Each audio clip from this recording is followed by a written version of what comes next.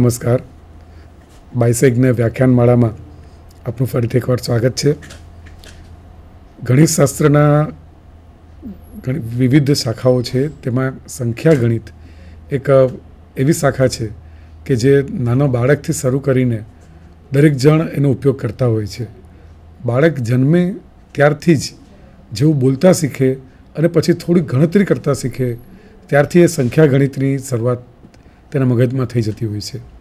તો આ સંખ્યા ગણિતની જે બેઝિક પ્રોપર્ટીઝ છે તો તે વિશેની આપણે આજે વાત કરશું.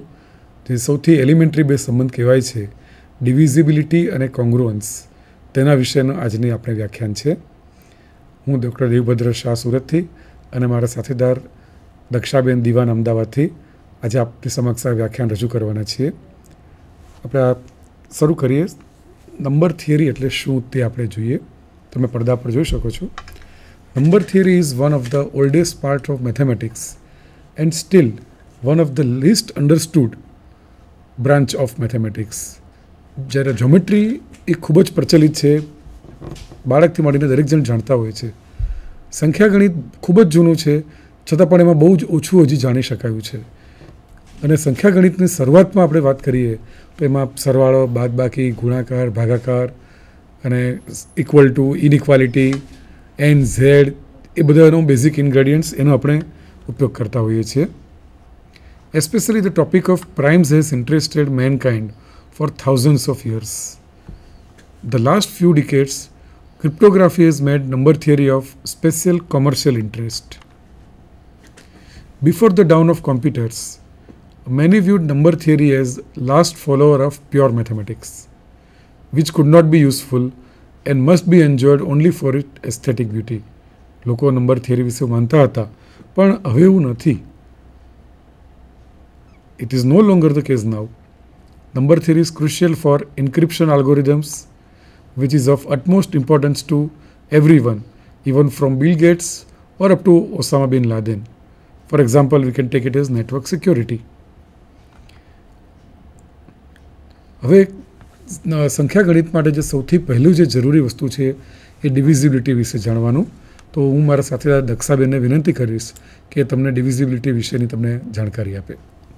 નમસ્તે. સંખ્યા ગણિતના આ વ્યાખ્યાનની અંદર આપણે ડિવિઝિબિલિટી વિશે પણ જોઈશું. Divisibility, if A B belongs to Z, કોઈપણ પૂર્ણાંક સંખ્યાઓ આપણે લઈએ, with A is not equal to 0, then A divides B. If there exist C belongs to Z such that B is equal to AC. By notation આપણે જેવી રીતે પડદા પર દેખાય છે રીતે લખી શકીએ કે A divides B. A is a divisor of B અને બીને આપણે એનો મલ્ટિપલ કહીશું. એને આપણે બીનો ફેક્ટર પણ કહી શકીએ છીએ. A does not divide B, તો ત્યારે આપણે નોટેશન જે પડદા પર દર્શાવ્યું છે એ મુજબ આપણે લખી શકીએ કે A અને પછી ઊભી લીટીની ઉપર ક્રોસ કરી શકીએ તો એનો સિમ્બોલ બની જશે. એની કેટલીક પ્રોપર્ટી આપણે અહીંયા જોઈએ. A not equal to 0, then A divide 0 and A divide A. 1 divide A, તો 1 કોઈપણ નંબરને ડિવાઈડ કરે છે. If A divide B and then A divide BC also for all C belongs to Z. If A divide B and C divide D, then AC divide BD also. તો આ ખૂબ basic properties આપણે જોઈ રહ્યા છે. ટ્રાન્ઝિટિવિટી વિશે આપણે જાણીએ છીએ કે A ડિવાઇડ B એટલે કે 2 ડિવાઇડ 4, 4 ડિવાઇડ 8, તો ઓબ્વિયસલી 2 ડિવાઇડ 8 થશે. A divide B and B divide A implies A is equal two plus or minus B, એટલે કે 3 ડિવાઇડ +3 પણ થાય, -3 પણ થાય, -3 ઓલ્સો ડિવાઇડ +3. સો આ ટાઈપના બેઝિક એની પ્રોપર્ટીઝ છે. A divide B and B is not equal to 0 implies modulus A less than or equal to modulus B. A divide B and A divide C implies A divide BX plus CY, where X and Y belongs to Z. આપણે મને એકાદ proof જોઈએ કે A divide B implies A divide BC. એની ખૂબ સરળ સાબિતી છે. Suppose A divide B, તો એની અંદર by definition there is a number m such that b is equal to am. Multiply both the side by the c, we get bc is equal to amc. So a outside and the bracket mc. So consequently we has been expressed as a times the integer mc. So એને આપણે a times mc લખી શકાય. So by the definition we get a divide bc also. એને જ આપણે અહીંયા જો એક્ઝામ્પલના સ્વરૂપમાં લઈએ તો 17 divide 34 and 17 divide 170 implies 17 divide 204. 17 divide 34 implies 17 divide 340. 6 divide 12 and 12 divide 144 implies 6 divide 144. તો આ રીતે આપણે એના અલગ અલગ એપ્લિકેશન જોઈ શકીએ છીએ. હવે અહીંયા બીજા એના એક્ઝામ્પલ્સ આપણે જોઈએ તો એમાંથી આપણે ચેક કરીએ કે એમાંના કયા સાચા છે. 77 ડિવાઇડ 7 થશે નહીં, બિકોઝ હંમેશા ડિવાઇઝર નાનો હોય એટલે એ ડિવાઇડ જો બી આપ્યું હોય તો એ મસ્ટ બી લેસ ધેન બી, એટલા માટે 77 ડઝ નોટ ડિવાઇડ 7. એના પછીનો જો આપણે એક્ઝામ્પલ લઈએ, એના પછીનો example 7 divide 77. Yes it is true because 77 is equal to 7 into 11. 24 divide 24 because 24 is equal to 24 into 1. So that is also true. 0 divide 24. So 0 can only divide its own. 0 થી બીજા કોઈ નંબર ડિવાઇડ થતા નથી. હા, પણ કોઈ પણ નંબરને 0 ડિવાઇડ કરી શકાય છે. So 24 divide 0. So it is true. So 0 is divisible by every number. આ બંને લાસ્ટ ટુ એક્ઝામ્પલ ઘણા રસપ્રદ રહ્યા. સો ડિવિઝિબિલિટીના અલગ અલગ રૂલ પણ આપણને ઇન્ટરેસ્ટિંગ લાગે છે. જેમ કે 2 માટેનો રૂલ કે કોઈ પણ નંબરને તમે 2થી ડિવાઇડ કરી શકો કે નહીં, તો જો ઇવન નંબર હોય તો તમે એને 2થી ડિવાઇડ કરી શકશો. 5 માટેના એના એકમના સ્થાનની અંદર જો 0 અથવા 5 હોય તો એ નંબરને તમે 5થી ડિવાઇડ કરી શકો છો. એ જ રીતે રૂલ્સ ફોર 10 જો એના એકમ સ્થાન એટલે કે વન્સ ડિજિટની અંદર ક્યાં તો 0 હોય તો એ દરેક નંબરને તમે 10થી ડિવાઇડ કરી શકો છો. સો ડિવિઝિબિલિટી ફોર 3, 6 and 9. સો 3 માટેનો રૂલ્સ આપણે જોઈએ તે પણ ખૂબ સરસ છે. If 3 divides the sum of the digit of n then 3 divide n. So suppose આપણે 1, 2, 3 નંબરને ચેક કરવું હોય કે એ નંબર 3થી ડિવાઇડ થાય છે કે નહીં, તો 1 + 2 + 3, સો એ નંબર થશે 6. So this number 6 is divide by the 3, એટલે કે 1, 2, 3ને આપણે 3થી ભાગી શકીશું. એ જ રીતે બીજો રૂલ જોઈએ સ્ક્રીન પર 6 માટેનું. તો 2થી જો નંબર ડિવાઇડ થાય, 3થી ડિવાઇડ થાય તો it can be divisible by 6 also. એટલે કે સપોઝ 2 divide 4 and 3 divide 9, તો પછી 4 into 9 is also divisible by 6. Rule for the 9. If the 9 divides the sum of the digit of n, then 9 divide n. તો એમાં પણ આપણે numbers લેવા પડે કે સપોઝ તમે કોઈ પણ એક નંબર્સ લો તો તે નંબર્સના દરેક આંકડાનો સરવાળો કરવાનો અને એ જો 9થી ડિવાઇડ થતો હોય તો એ નંબરને તમે ડિવાઇડ કરી શકો. સપોઝ 2, 3, 4 લઈએ તો 2 + 3 5, 5 + 4 9. સો એ નંબર 9થી ડિવાઇડ થશે તો 2, 3, 4 નંબર પણ 9થી ડિવાઇડ થઈ શકે છે.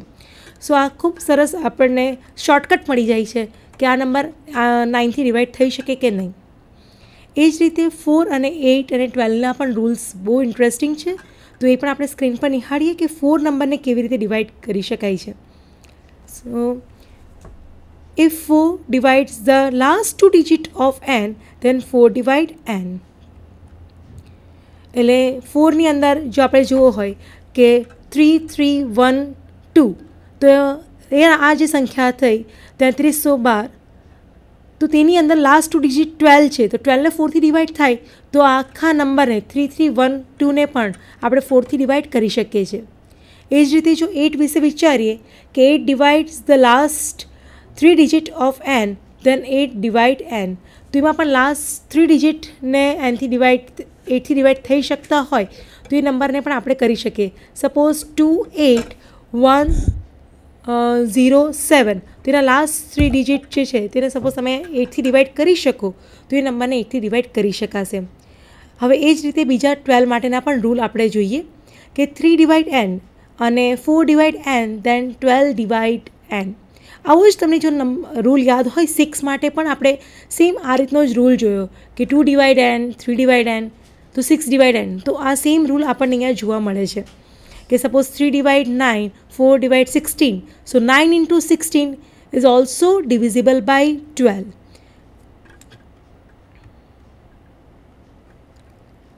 હવે આ જ રીતના ડિવિઝિબિલિટીના રૂલ 7, 11 અને 13 માટેના પણ છે. Rule for 7, if 7 divides the alternating sum or difference of 3 successive digits, then 7 divide n.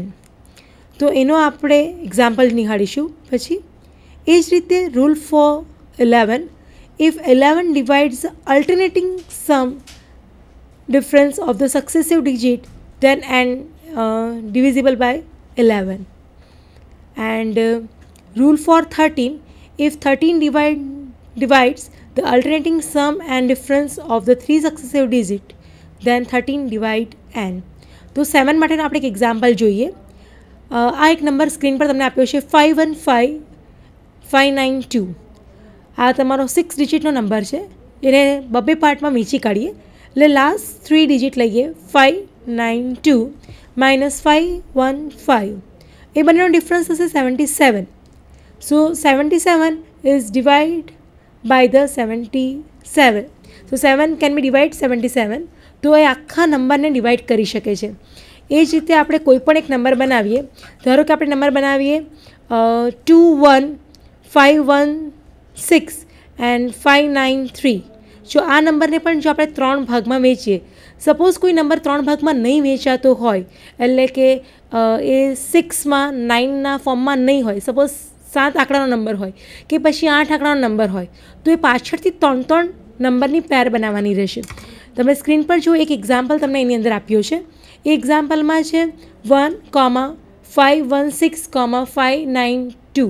તો આ નંબરને જો તમારે સોલ્વ કરવો હોય કે આને 7થી ભાગી શકાય કે નહીં, તો એમાં 592 માઇનસ 516 પ્લસ હવે આગળનામાં એક જ નંબર આપ્યો છે તો એની સાથે આપણે 00 લઈ લઈશું. તો 001 કરવામાં આવે એ આપ ચેક કરી જોજો કે એને 7થી ડિવાઈડ થાય છે કે નહીં. એ જ રીતે આપણે 11ના નંબર્સે બતાવી શકીશું અને એ જ રીતે 13 માટેનો પણ રૂલ બતાવી શકીશું. તો આ જ રીતે તમે બાકીના 2 નંબર માટે પણ ચેક કરી શકશો.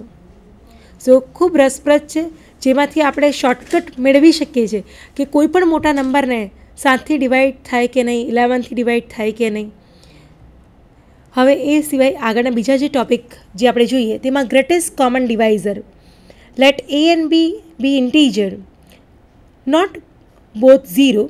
The greatest common divisor of a and b, એને આપણે GCD કહીએ છીએ. GCD of AB is the biggest number D which divides both A and B. એને બીજી રીતે કહીએ તો GCD is the smallest number which is divisible by any x dividing both x, A and B. So greatest common divisor ની આપણે ડેફિનેશનને જો જાણીએ તો the greatest common divisor of two integer A and B is an integer D with the following property. આ બે property satisfied કરે તો તેને આપણે GCDથી ઓળખીએ છીએ કે D divide A, D divide B. If another number C is divide A and C is divide B, then C must be less than or equal to D. So this is greatest common divisor. એટલે એના સિવાયના જો કોઈ બીજા ડિવાઇઝર મળતા હોય તો તે એના કરતાં નાના હોય છે. તો એની લેમાં આપણે જોઈએ GCD of R and 0 is R. Lemma 2, if A equal to BQ plus R, then GCD of AB is equal to GCD of BR. હવે ગ્રેટેસ્ટ કોમન ડિવાઇઝર આપણે જો એક્ઝામ્પલ કરીએ તો GCD ઓફ 11 and 77, તો એનો આવશે ડિવાઇઝર 11. GCD ઓફ 33 and 77, એનો greatest common ડિવાઇઝર થશે 11. GCD ઓફ 24 and 36, તો એનો ગ્રેટેસ્ટ કોમન ડિવાઇઝર થશે 12. અને 24 અને 25ના ગ્રેટેસ્ટ કોમન ડિવાઇઝર થશે 1. એના પરથી આપણે એક થિયોરમ જોઈએ. Given integer a and b not both 0, there exists the integer x and y such that GCD of AB is equal to ax plus by. હવે આપણે રિલેટિવ પ્રાઇમ વિશે જાણીએ. રિલેટિવ પ્રાઇમ એટલે કે જેનો GCD 1 હોય તેવા પ્રાઇમ નંબરને આપણે રિલેટિવ પ્રાઇમથી ઓળખીશું. તો રિલેટિવ પ્રાઇમને આપણે સ્ક્રીન પર નિહાળીએ. Given integer a and b not both 0, then the number a and b are the relative prime if and only if there exist x and y such that ax plus by is equal to 1. તો relative prime માટેની આપણને condition પણ મળે છે કે એ અને બીને ત્યારે જ રિલેટિવ પ્રાઇમ કહેવાય કે જ્યારે આપણે એવા એક્સ એન્ડ વાય શોધી શકીએ કે જેને એ બી વડે ગુણી અને એનો સરવાળો કરતાં 1 મળે. એના ઉપપ્રમેયો, if GCD of AB is equal to D, then GCD of A by D, B by D is equal to 1. એના બીજા ઉપપ્રમેયો કે A divides C and B divides C